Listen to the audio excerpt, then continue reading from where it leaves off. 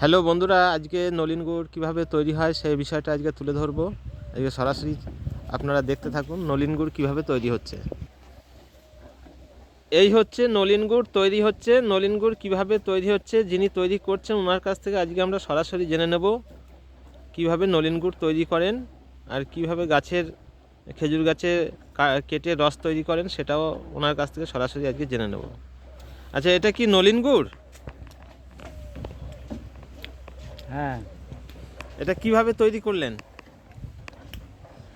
এই রস জাল দিতে দিতে রস মরে যায়। হুম।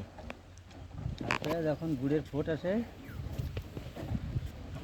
তখন ওর একটা সময় আসে, সেই সময় মতো নামাইয়ে তবে নলেন গুড় তৈরি হয়।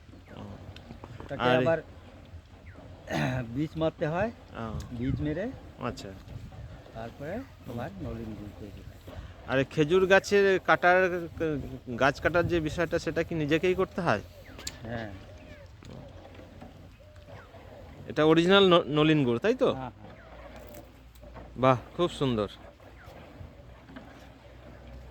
তা বন্ধুরা, এই যে নলেন গুড় তৈরি হচ্ছে আপনারা দেখতে থাকুন। নলেন গুড় কীভাবে তৈরি হচ্ছে আপনারা দেখতে থাকুন।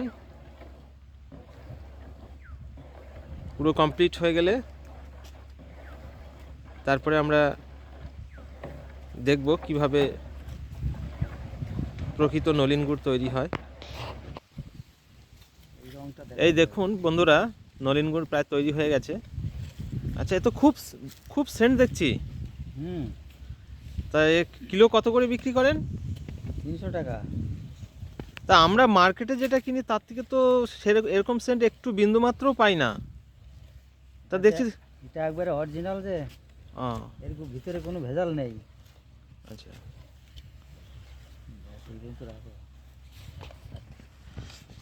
আচ্ছা, গুড় যে সম্পূর্ণভাবে যখন কমপ্লিট হয়ে যায়, যে গুড় হয়েছে, সেটা আপনি কি করে বোঝেন? এরকম ধরলে সুতোর মতো বেরিয়ে আসবে। আচ্ছা। হ্যাঁ, তখন রসটা পুরো মরে যাবে। তা এখন কি গুড়টা পুরোপুরি হয়ে গেছে? না না, এখনো হয়নি। আর কতক্ষণ টাইম লাগতে পারে? এখন ওই 10-15 মিনিট। আচ্ছা, আচ্ছা।